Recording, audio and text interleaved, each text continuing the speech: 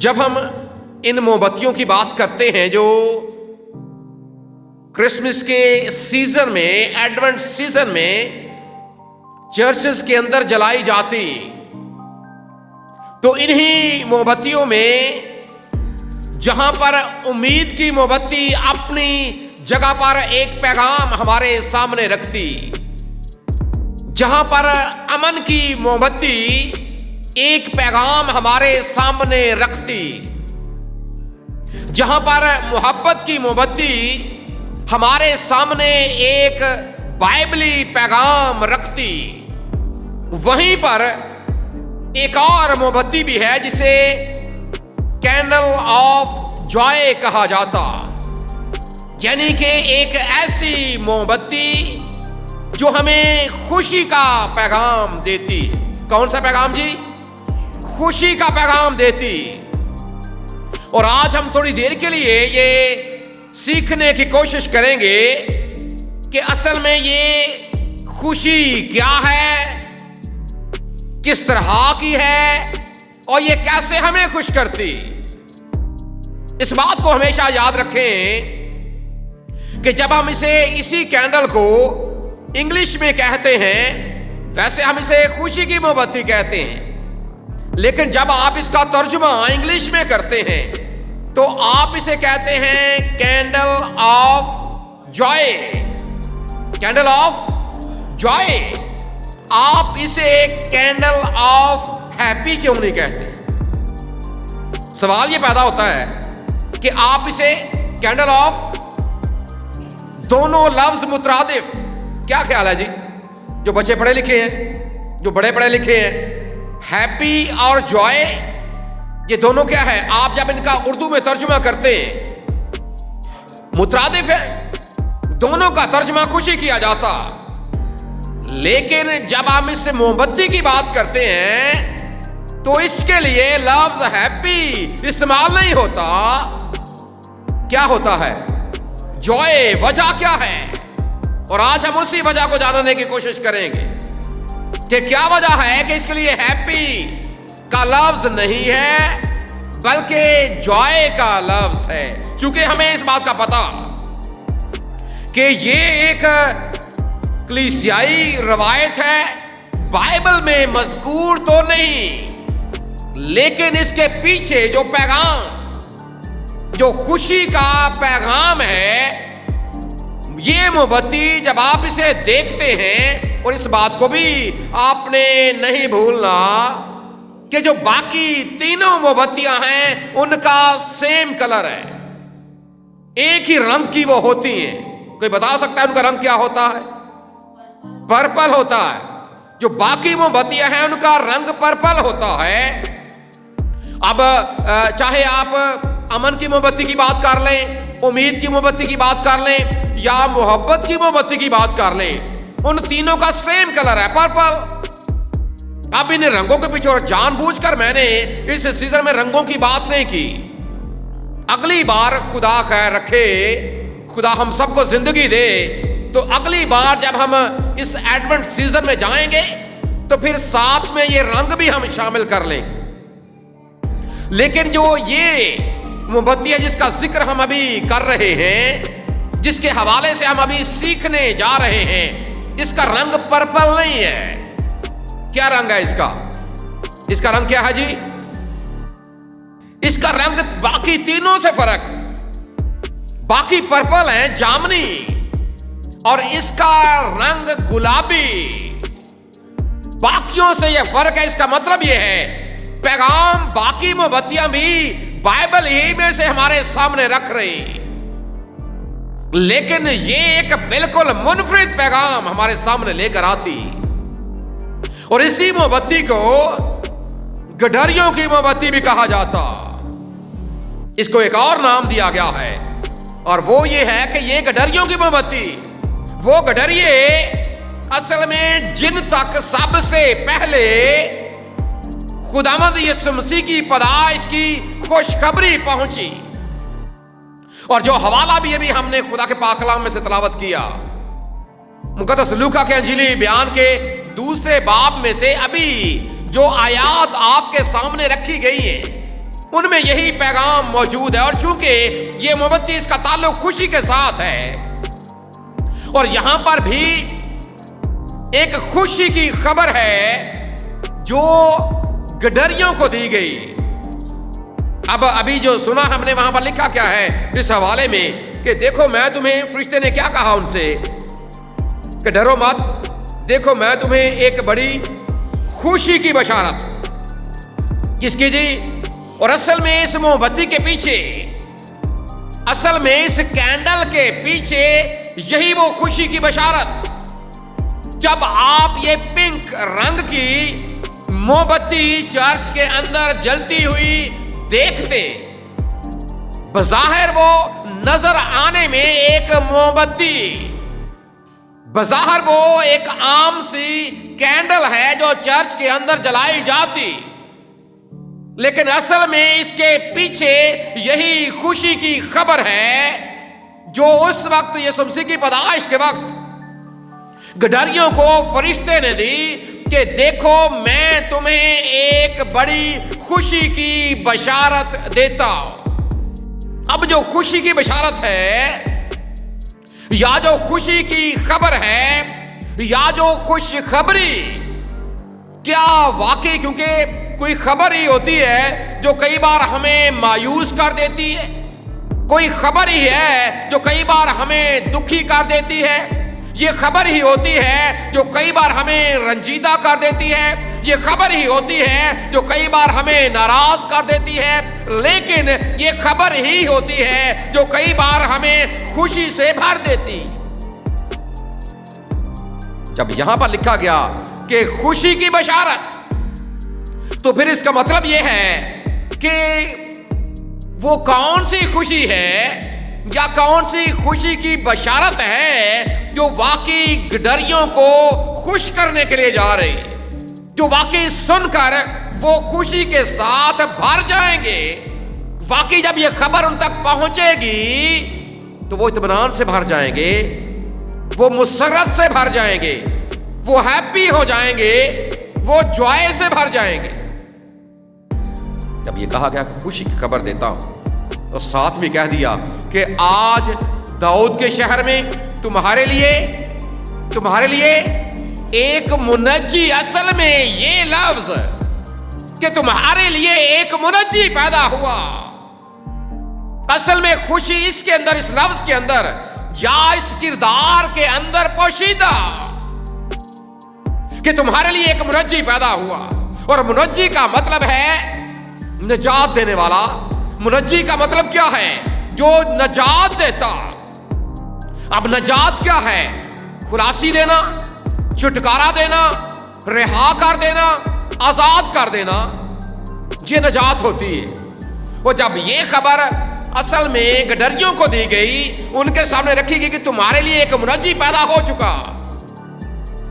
اب وہ چونکہ اس لفظ سے واقف ہیں، ان کو پتا ہے کہ منجی کام کیا کرتا، انہیں پتا ہے کہ منجی کا بنیادی کردار کیا ہوتا، منجی کس چیز کو ہمارے سامنے لے کر آتا. انہیں پتا ہے کہ منجی ہمارے لیے ذبح ہوتا ہے، اور اس کے ذبح ہونے کی وجہ سے، کیونکہ یہ گڈریے وہی برے پالتے ہیں، بھیڑ بکریاں پالتے ہیں، انہی میں سے برے قربان ہوتے ہیں جو لوگوں کے گناہوں کی خاطر خدا کی راہ میں یا خدا کے اس قانون کے مطابق جو اس نے احبار کی کتاب میں اپنے لوگوں کے سامنے رکھ دیے، ان کے مطابق وہ برے ذبح ہوتے ہیں، اور ان کے خون بہائے جانے کی وجہ سے لوگوں کو گناہوں سے معافی مل جاتی. سو یہ گڈریے جو ہیں یہ واقف ہے اس بات سے کہ پہلے تو برے پیدا ہوتے تھے، اور جب برے پیدا ہوتے تھے ان کو ذبح کیا جاتا تھا، اور جب وہ ذبح ہوتے تھے ان کا خون بہتا تھا، ان کی جان چلی جاتی تھی، لیکن ان کی جان جانے کے بدلے میں جو ایماندار ہوتے تھے ان کو 1 سال کے لیے گناہوں سے معافی مل جاتی تھی، یا جو پچھلی زندگی میں جو انہوں نے گناہ کیے ہوتے تھے وہ ان کے گناہ ڈھانپ دیے جاتے تھے. ان کو پتا ہے کہ یہ تو اصل میں برے کا کام ہے کہ جو نجات دہندہ بنتا ہے